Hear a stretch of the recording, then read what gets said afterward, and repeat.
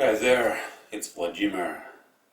Now, I'm gonna continue my talk about present, and these are kind of unfinished talks because I usually set a timer like 30 minutes, and the point is just to talk during these 30 minutes without knowing actually what I'm gonna say. So it's a kind of, the venture to the unknown.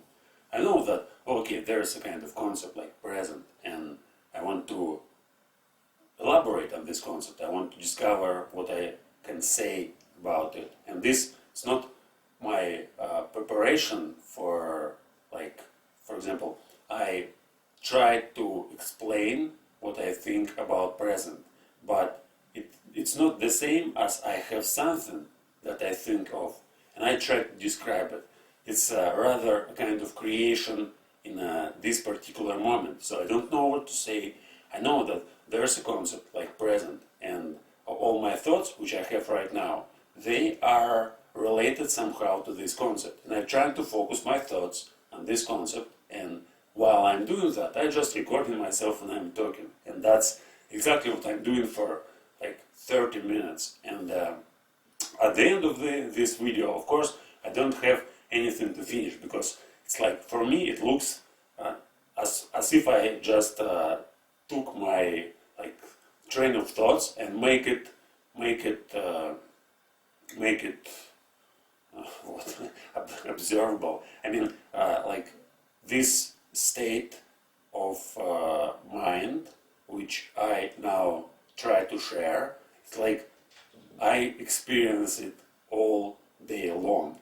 But most of the time, of course, I just keep it in my mind. But 30 minutes, it's like when I try to record this train of thoughts. So I just verbalize everything what I'm thinking. But of course, I just put task here, so it's not just random talk. I just find something, I try to focus my thoughts on a particular subject. Whereas while I'm thinking, like, for the rest of the day, I don't focus on any particular subject most of the time. Of course, there are times when I can think about something that I need to think, like I have my agenda of, I have something to think of every day, but still, I don't do it like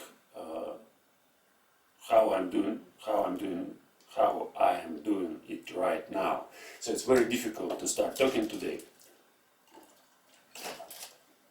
I already made a few attempts, like 2 or 3, where I tried to record myself, and after talking for 20-30 seconds, I discovered that I don't like it, I don't like how it starts, and I stopped it and I started new video, and then it appeared the same, and then I stopped it again and started a new video, and now I have again this desire, like this desire is always here, like to be perfect, to speak in a perfect, without doing any mistakes, without trying to go aside, without repeating yourself all the time. And this state of perfectness, it's like something that I'm fighting with, and I know that it's all relative. I mean, something that is perfect for me, it's not the same as perfect for everybody. For a lot of people who, for example, for whom English is a second language, for them it's really difficult just start talking something, and for them they can watch it and say, wow, that's amazing, the man can talk like for 30 minutes. If then he makes mistakes, that's okay, but he still can talk. And when I try to do that, I can say anything. I can organize my thoughts and to put them in one comprehensible picture or model for longer than like few minutes. And sometimes I can even make few sentences, like can type few sentences. But this man can talk for 30 minutes, and then he just talks about different stuff. That's still okay. But for me, it's like, wow, I don't want to talk about different stuff. I want to focus my attention exactly on this particular theme, and I want to discover this theme, and I want to use like perfect language. I don't want to make mistakes, and there's two parts of me which are, it's actually much more many more parts of me which are involved in this process right now. But one part is what is producing this speech. Like one part of me like focus completely on making this speech. So there's kind of process, and I'm trying to imagine what to say next. I do it like not consciously. It's like all goes on a subconscious level. So I don't like really. I can't even say how I am doing that. But the point is that one part of me completely like not. Yeah, this part is completely involved in making this video, in making these sounds, in making these gests, and supporting my post, which I am now like. It makes lots of energy just to stand in front of a camera for 30 minutes. Of course, it's all subconscious. And another part of me, it involves in a, this observing state. So it works and it observes whatever I say, how I look at it.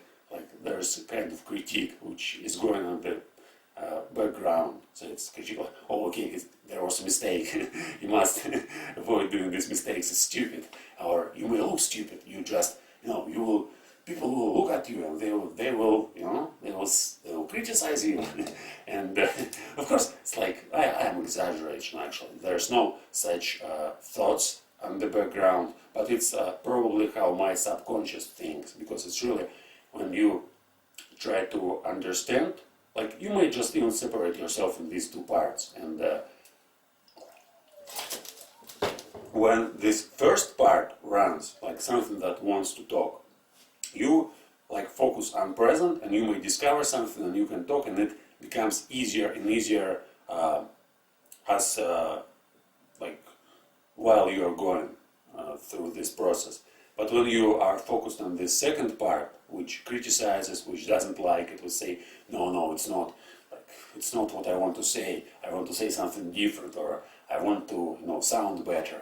I don't like how I sound. I need to, before recording videos in English, I need to improve my pronunciation. Let's work another few years and make it perfect. And when it will be perfect, let's talk about some important stuff like present. Now, don't do this. Don't make yourself like look clumsy and stupid, and don't. Okay, so this is how the second part works. And well, the second part works like when you focus on this, where I focus on this, and I try to give it more authority, more power during this particular moment. It doesn't work well. So I mean, I can talk, but it's like it becomes really annoying for me just to talk. But when I focus on this third part, which wants to say something, which wants to share emotions, feelings, thoughts, and when I don't care about the second part, it's like it's too amazing. And sometimes I even forget about what I'm saying, like that I'm talking in English, that I'm trying to to make perfect sentences and to make to sound like more natural. There's always a kind of effort which I put in my pronunciation, because when I'm talking in my native language, I don't care about pronunciation at all. And there's no anything in the background which tells me, oh, okay, you just said like a little bit incorrect this sound, and you just you're lazy, you don't want to move your mouth and to produce better sounds, you need to make a kind of articulation, warming up, etc., etc. So I don't think about that, and it makes the process of talking much easier. But when I'm talking in English, I think about that a lot. But if I focus on my thoughts, when I start really developing them, like I did yesterday, for example, or day before yesterday, I don't like. I rewatched these videos which I recorded yesterday and day before yesterday, and I was like, yeah, that sounds like there's kind of meaning in these videos. I'm talking something meaningful, and I like the content, but the form, the way how I'm talking, like all these mistakes, all these terrible pronunciation, which actually, like, I didn't care about pronunciation too much 2 years ago. I mean, I could talk to myself 2 years ago, and it was much worse than it is right now. But I didn't care about that, because like I wasn't too like at that moment I haven't heard a lot of English, And now, like after 2 years, I already know how to sound perfect. I mean, I watched hundreds and maybe thousands of hours of videos, and I know how English,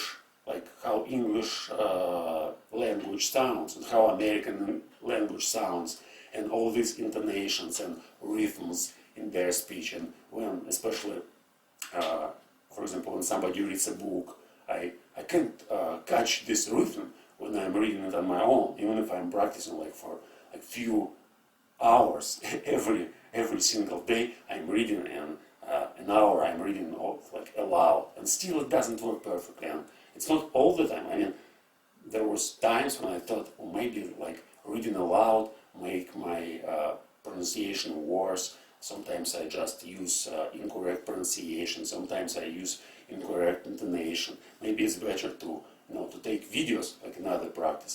When I take a video and I just repeat after a speaker. And mostly I like to do that when I watch videos about pronunciation. Like there's a channel, like one which I'm watching for maybe half a year or even more.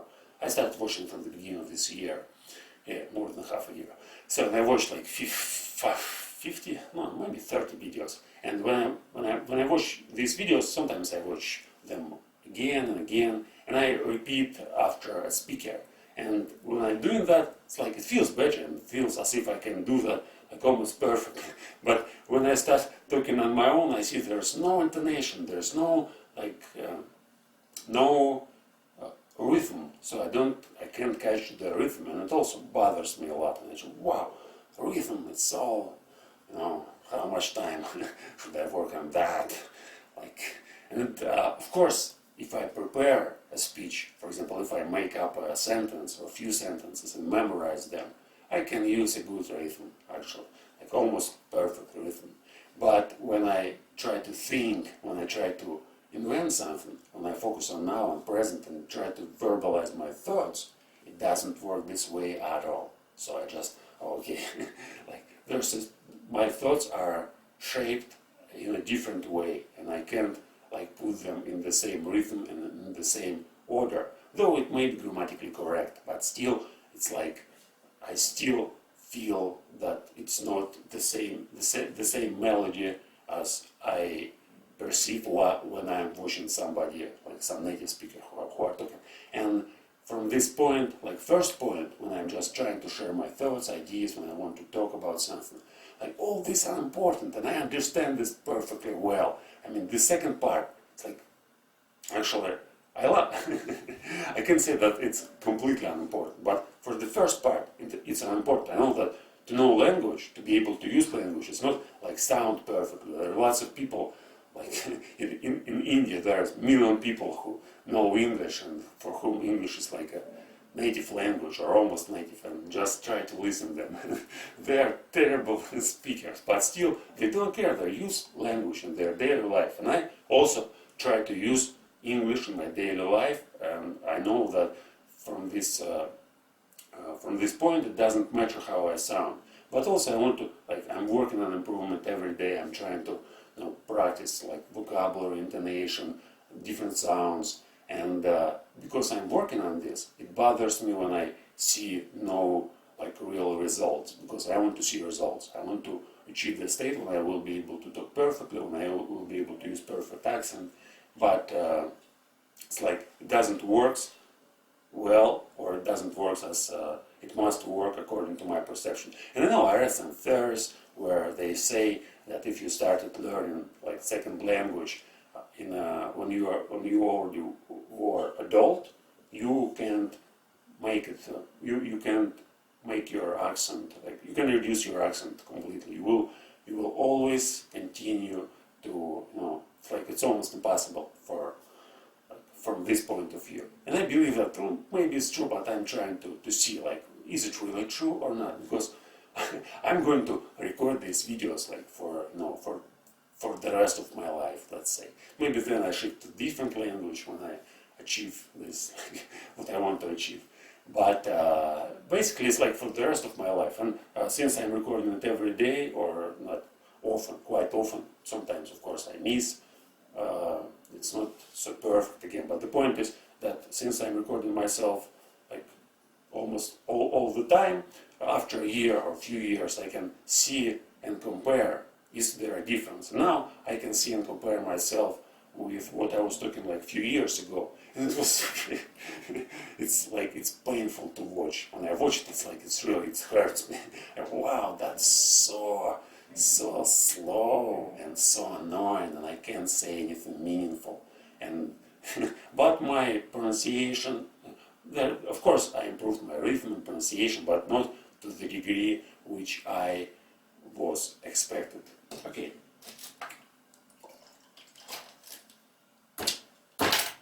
Seems I said a lot, but I didn't say anything about present. But it's kind of present. So be present means that focus.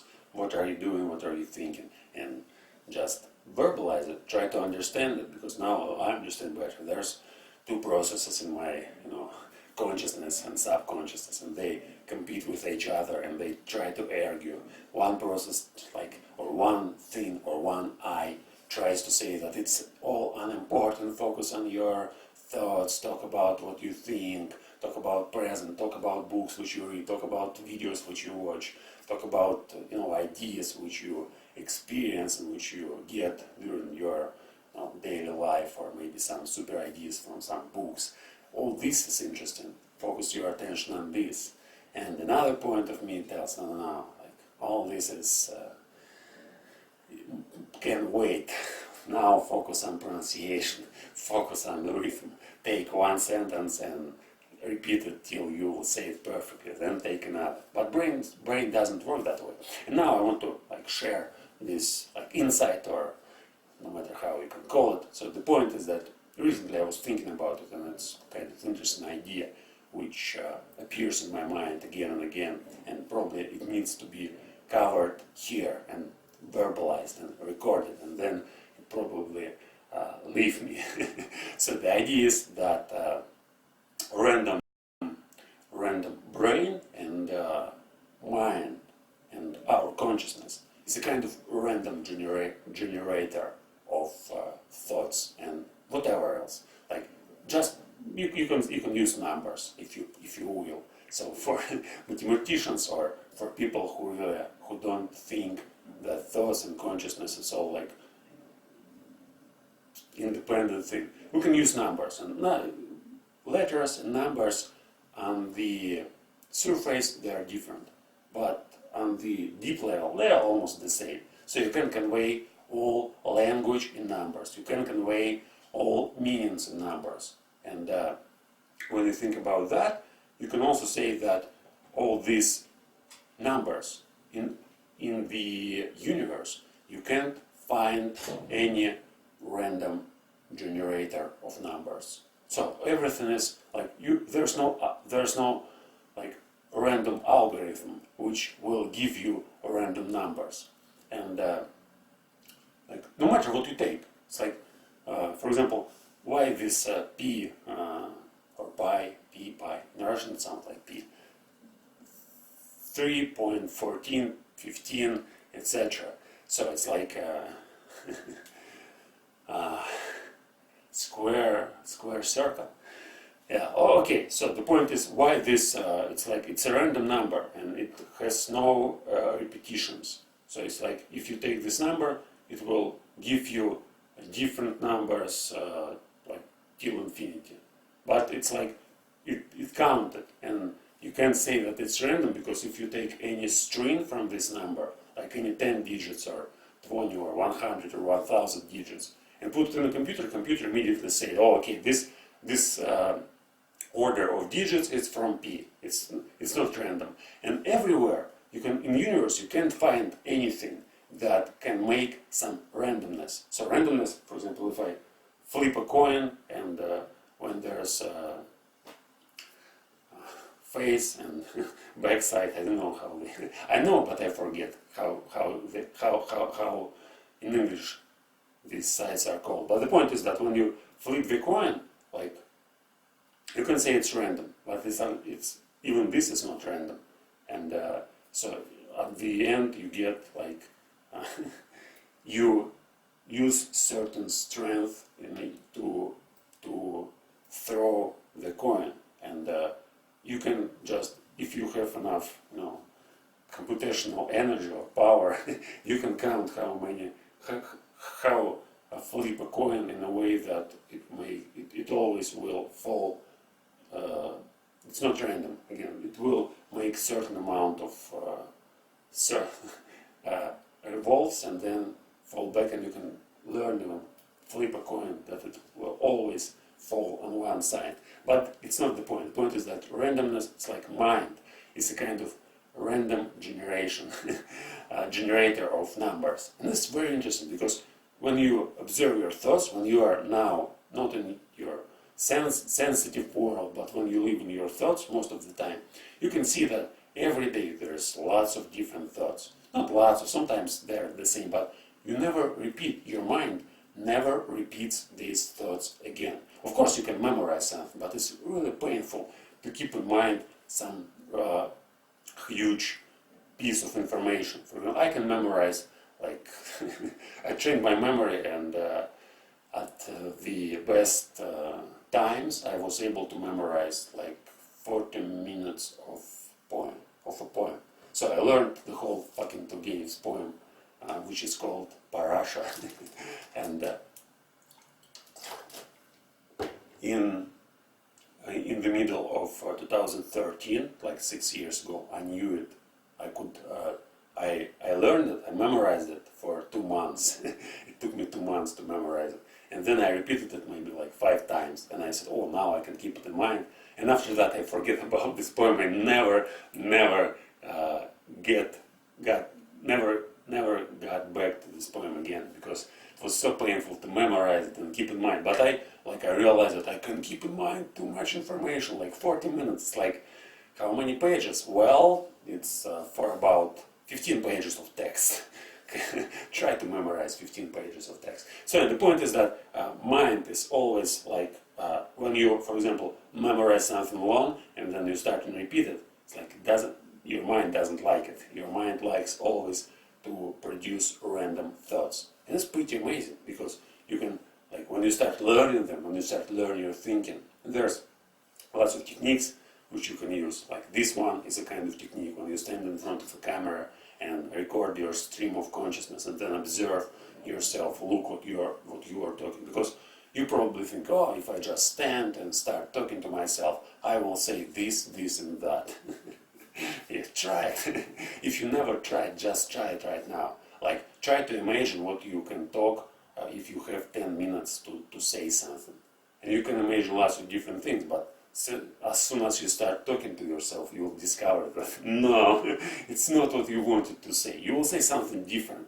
And that's pretty amazing, that you don't know what you're gonna say, even if you want to say something, because your mind, like, always generates this. It's not random, of course. I don't believe in randomness. I mean, when I said mind is a kind of random generator of thoughts and digits and numbers, I don't mean it literally. I mean, like, yeah, it seems like randomness, but when you think about it deeply, you understand that everything that your mind produces, everything you say, everything you think, is like a mixture of your experience with all information you get from different channels, like books, videos. I know where you get information. The point is that it's all mixed, and whatever you produce, it's almost the same. So the point is, if you read great books, like for a long time, for 10 years, let's say, your speech and your thoughts and your ideas and your writings will be like amazing.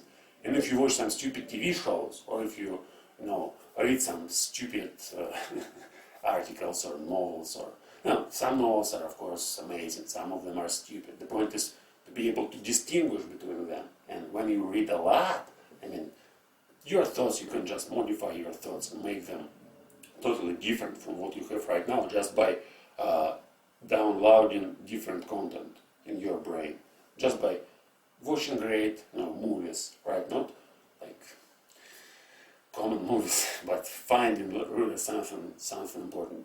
Reading great books, thinking about like tough, not tough, it's like not a good adjective for here. So thinking about brilliant, brilliant is not a good adjective.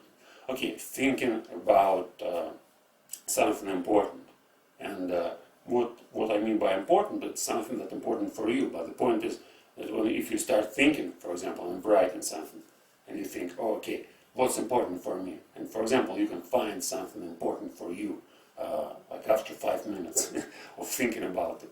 But if you continue thinking about it for 5 years, it's like, your notion of importance will change dramatically.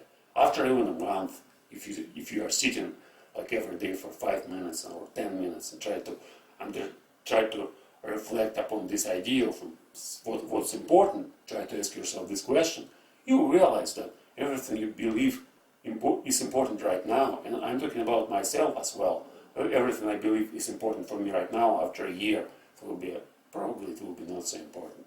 And if you record yourself, and if you, for example, talking to yourself, and then you have really, that's an amazing experience when you take your videos, which you already made like a few years ago, and you watch them, and then wow, it's like, is it me? Was I like focused on all this unimportant, useless stuff? Now it's like, how I could possibly be that stupid? But now again, I know that, for example, I'll probably watch this video like in a few years, let's say in 2025. And in 2025, when I'll watch this video, I'll say myself, man, you are a fucking idiot.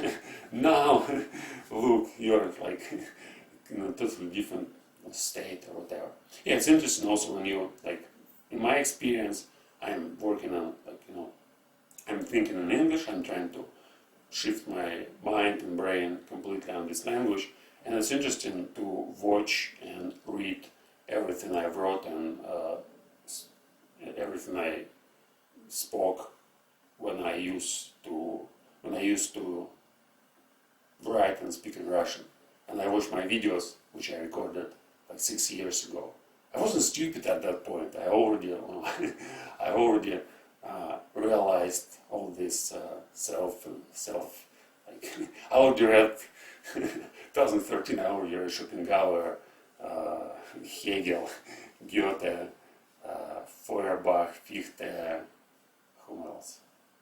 Lots of other people. Like all our Russian classics, like Dostoevsky, Tolstoy, Saltykov-Shchedrin, Pushkin, Lermontov, Turgenev, Danilevsky, critics like 2013 I already read Belinsky, yeah, but I didn't read Dobrolюбов and Pisarev at that time. But the point was, I wasn't stupid, I thought I am a genius at that 2013, and now I'm watching myself at 2013 and thinking, wow, that's shameful, just impossible that I was so stupid. It was, of course, I wasn't stupid, I just couldn't talk. I mean, my communication skills were really weak. So when I, in my mind, of course, I was a genius, and when I created some poetry and wrote some stuff, and it was amazing, and of course, because I had spent lots of time practicing, but the point is that my perception of myself, like, was much better than the reality. Because in reality, when I recorded myself on the camera and talked about my daily experience, now I'm watching this and I think, man, that's not what you're going to be. That's not the place where you are going to be. Yeah, it's like, well, that was the point. There's the snow outside. This 1st November, but it's still autumn. Okay, so now it's like there's 1 or a few minutes and video will stop. Will stop. Yeah, will stop.